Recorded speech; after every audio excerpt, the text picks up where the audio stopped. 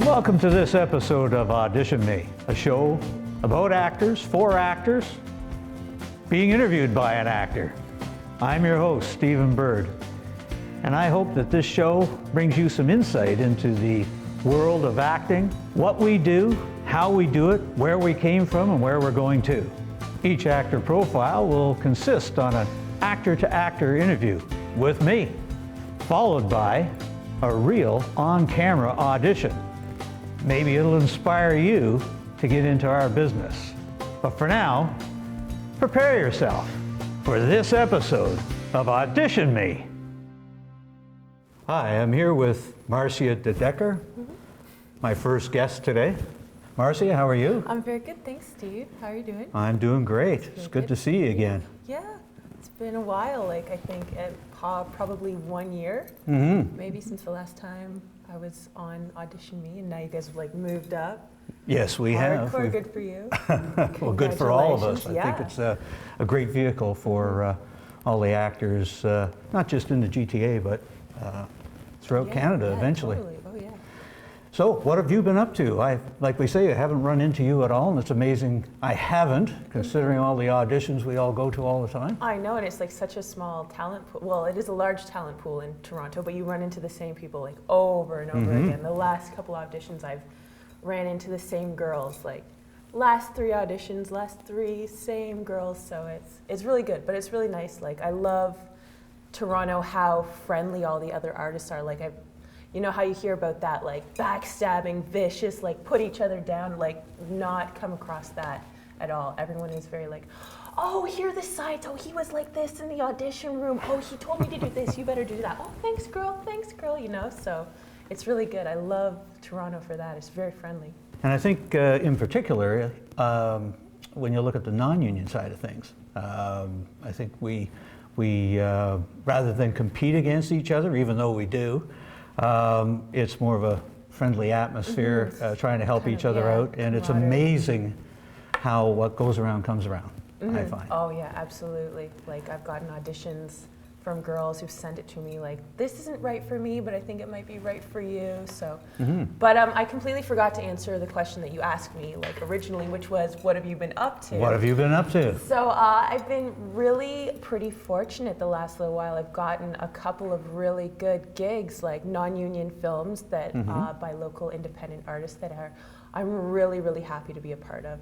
I filmed a horror film called Mind Games in the summer, and that was with Ashley McColeman. It was very like psychological thriller about this girl who has like a little bit of a disorder, and she goes around killing people, so that was really fun.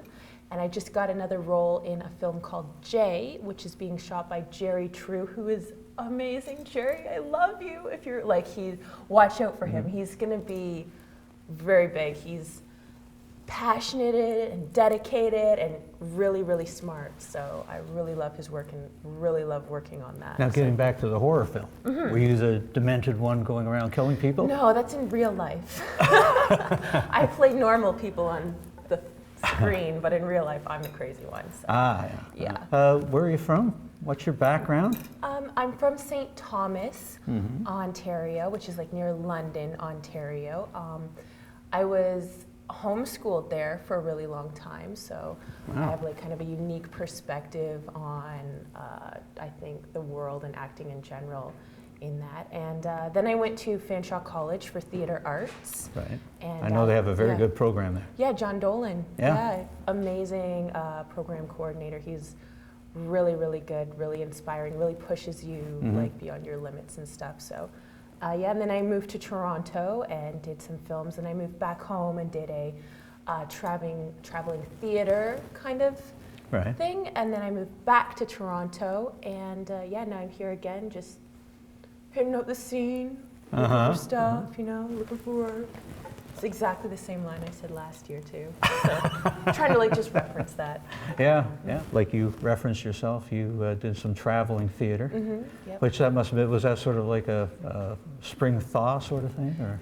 Yeah, I don't know. It's just, I think it's good to keep your foot in all the kind of fields that we have as actors, like be that voice work or theater work or film work or just improv in the streets or anywhere. Just, keep your range as open as you can. So. No, certainly. yeah. I mean, there's nothing like the feedback you get from a live audience. Totally, yeah. I mean, I've only experienced it once or twice, but it is amazing compared to when you're on set. So Fanshawe College, and then you've come here and you've, I guess, continued to take classes of various types. And Yep. I've definitely taken some courses at some workshops at Second City and Bad Dog Theater and Tom Todoroff and whatever you can get your hands on and whatever you can do, wherever you can learn.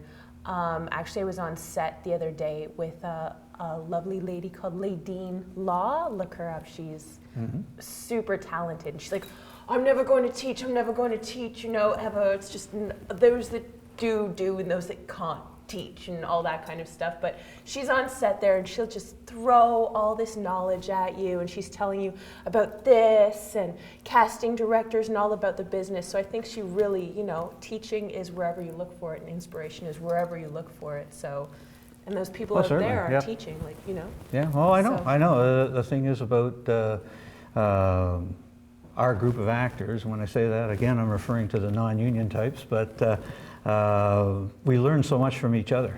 Those when you go to those workshops, the teachers really do. That's what they do, and I think that's what you pay them for. And they tell you the truth. You have to work on this. You're not strong here. Versus friends, they are very supportive and helpful, but it's those friends few and far between that are like, wow, man, that really sucked. You got to work on that, So. Yeah, you don't get that too often. Yeah. But I think when you know the people you're working with, you don't need to be told. You're working off each other, you can feeding just off tell that it's energy. like a truthful moment. That's right. And Just like you and I right now. Look at this. I know, we don't even need beer. No, we it's don't. Amazing. We don't.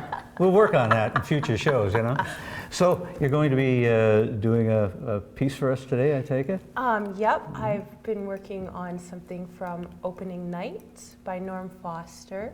So it's just a little piece about a farm girl who wants to go off to the city and live her dream. So something very close to home for me. Well, let's move on to your audition piece. Awesome. It's a pleasure talking to you. Thank you, Steve. You're welcome.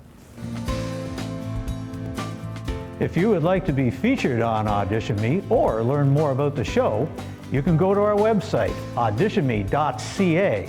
Get in touch with us on our website. We'd be more than happy to have you.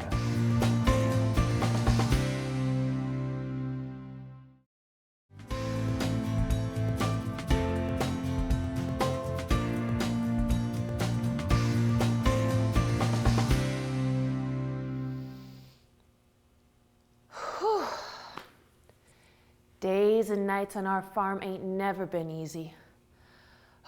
There been days when I've thought that my sweat and Mama's sweat and old Daddy's sweat was just like sweat from the sun. As fast as you can wipe it off, it comes back again. Sweating first thing in the morning, sweating through lunch, sweating through the scorch of the afternoon, sweating through dinner, even sweating in your bed when the sun ain't nowhere to be found. Oh, sweating. Oh. And then when Mama went back to the great heaven up yonder, it seemed that me and Daddy took to sweating even more. Me pulling my load and Mama's, and Daddy spending all day out in the hot sun trying to loose this here old tree stump from the firm grip of the Lord's earth. See, before Mama died, that's what she asked old Daddy to do, was to rip up that old eyesore so she could plant herself a garden filled with growing things. So now Daddy's taken upon himself to dig up this old stump and plant that garden himself. 2 years he's been at it.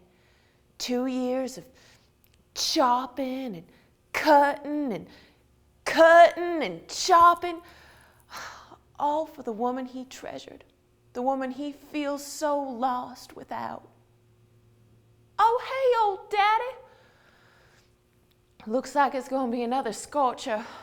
Looks like we're going to have us another day of sweating in the morning, sweating at lunchtime, sweating through the scorch of the afternoon, and even sweating in our beds when the sun don't even shine.